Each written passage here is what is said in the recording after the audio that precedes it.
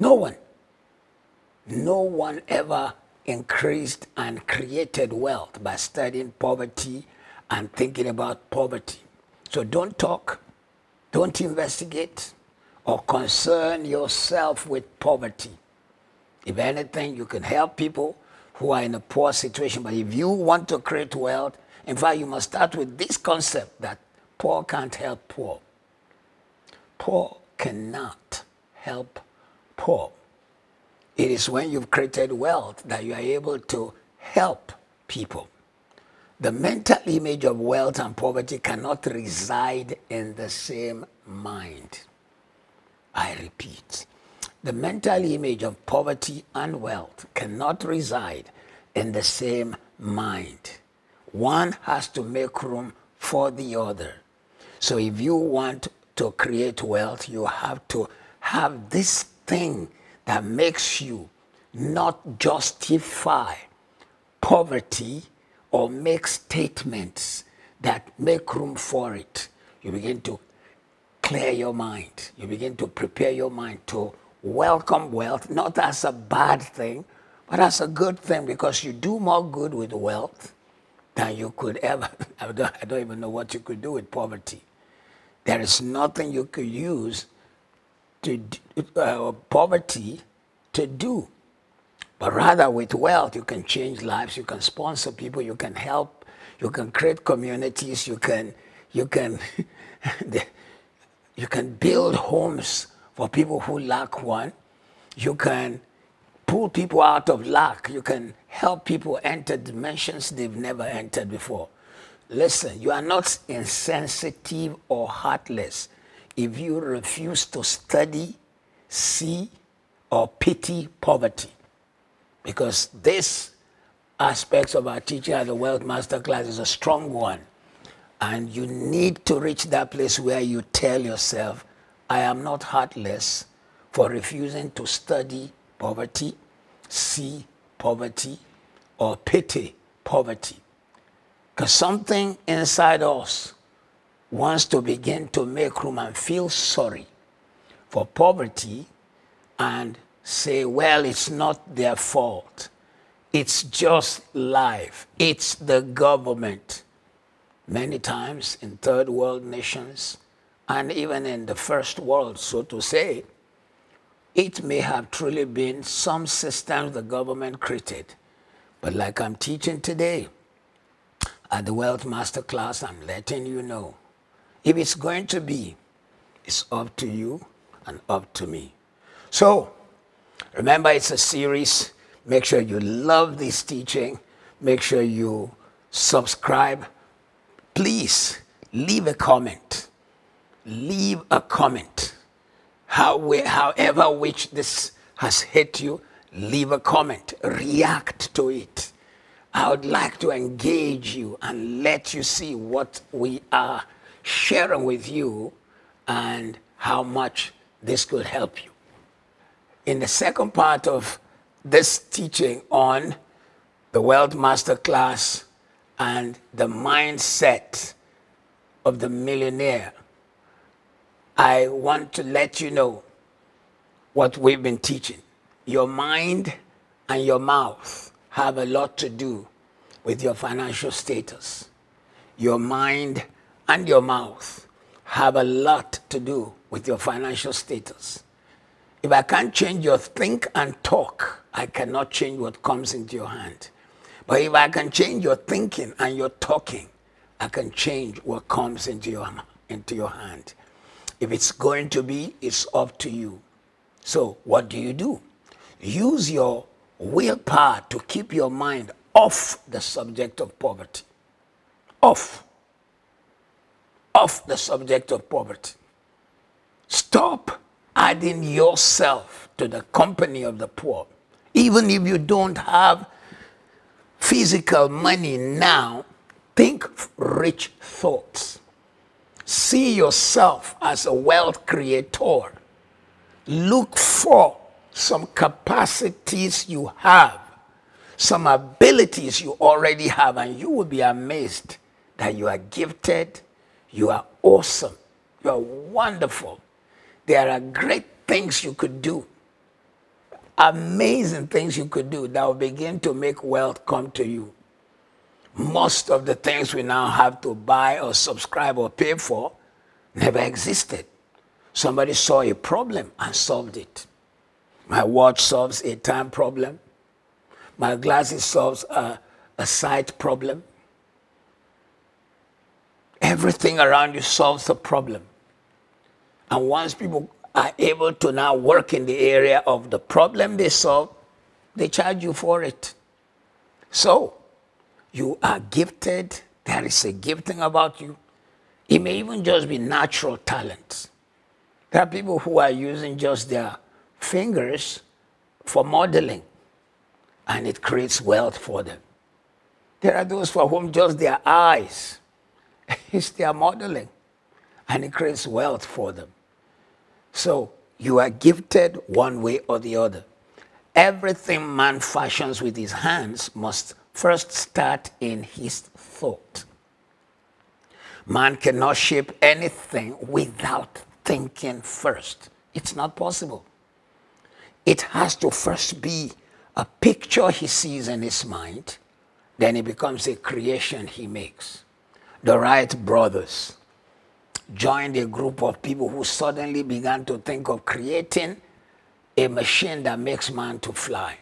There were several attempts by different people, but it was the Wright brothers who were the first to truly take off and stay in the air for less than a minute, but entered the world record as the first official people to fly. Their flight was for less than a minute, but they became the first officially known as people who had flown. They saw it in their mind. They put together mechanical trappings. They obeyed the law of aviation to some degree and gained some thrust and lift off. But they saw it in their mind. What do you see? First, it is a thought. Then material is taken from nature to give shape to that thought. Look at this cup. First, it was a thought. Then somebody thought, let's create what we can use to drink. Before man created this, he would use what nature provided, calabash, some wood that was carved with which he scooped water. In fact, some people are more primitive. They fold leaves and used to scoop water. But then he found that if he took sand from the sea and put the sand under incredible pressure, sand will melt and become glass. This is sand. But it started as a man's thought. And so when you and I buy beautiful, even crystal was once ordinary sand that went under amazing pressure, particularly sometimes underground, and became crystal. And if it is glass, it was also sand that was put under pressure. Let's not even talk about diamond. Diamond was once sand that went under pressure, and or charcoal or coal that went under pressure and moved from coal to diamond. Nature is where everything we use comes from, but it takes the ability to find it. The good book, the Bible says, it is the glory of God to conceal, and it is the glory of man to reveal. God conceals. In fact, it says it's the glory of kings to reveal. So you become a king in your domain if you have the ability to see upon a tree, the ability to turn it to paper. So this paper in my hand was once a tree in the bush. Somebody saw that tree, ground it to powder, poured water, it became pulp, put it under a machine, pressurized it, and pressed the water out and removed all the drag, heated it, and it became paper. These are granules of a tree that eventually became a paper. First, it was the thought. Then the material is taken from nature to give shape to the thought. Man can form things in his thought, I could describe things that I've never seen before, even as I sit here. Can you imagine a beautiful ball that travels at 3,000 kilometers per hour and has the ability to spin on the outside, but inside it is stable? And that same ball travels from where I am seated to another country. And because it has GPS inside it, it lands. You can see it to some degree in your mind.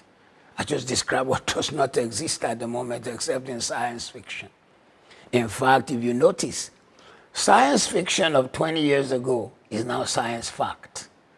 There was a time 20 years ago we would see people who would, in some science fiction film, they will have a watch on which they watch a video and they are given instruction or telling someone, I'll be home very soon. And now it's a fact.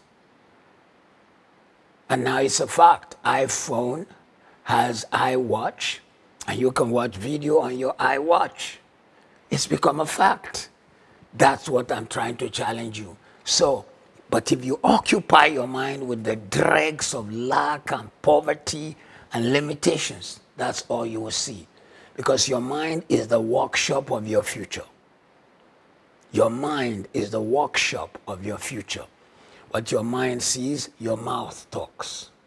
What your mouth talks, your mind believes. Mind and mouth, thinking and talking. Man can form things in his thoughts. Wealth creation requires thinking in a certain way. You have to think in a certain way to create wealth. I have seen friends, relations, cousins, brothers. No matter what you tell them, they have a certain way of looking. They are in financial challenges, but they've not changed their think and they've not changed their talk. They would rather beg and have their needs temporarily met rather than change their think and thought and the way they handled wealth. Wealth creation requires thinking in a certain way. To think wealth when surrounded by poverty requires the power of the mind. The one who acquires such mind becomes a mastermind. I repeat, to think wealth when you are surrounded by poverty requires a certain mind. And the one who acquires such a mind becomes a mastermind because he saw what others didn't see. That's why you'll find great corporations founded by a person who was once poor. Founder of Sony once used to sell food as a street hawker. From there moved to electronics. From electronics created things and then made even cars. Many companies, particularly that come out of Asia, the founders were born in lack and poverty, and they graduated as they saw the capacity to create wealth. In fact, in today's world, 89% of today's millionaires in most economies did not inherit wealth. They are nourish new wealth. Most of them. Some of them were born in stark poverty. Stark poverty. But they saw the ability and thought the thoughts that led to wealth creation. The thought that led to wealth creation. Why thought? Because listen, if you only think of not being able to do a thing, then you will not be able to. I like you to imagine in my hand the insect, the bumblebee. The bumblebee has wings that are not shaped aeronautically for flight. But the bumblebee flies. Why? Because the bumblebee does not know the law of aeronautics. The day somebody tells the bumblebee, your wings are not shaped for flight, you cannot fly, the bumblebee will struggle to fly. Most times, people have noticed that when a baby is born, up to the first few months, if you put the baby in water, the baby swims. Naturally. Swims, knows what to do with the leg and the arms. The baby swims. But as the baby begins to grow, we in the environment begin to teach him to fear water, and the capacity to swim leaves him. Because your think and your talk determines the way life is. If you're getting this teaching and it's helping you, please like and subscribe, and make sure you watch all in this series.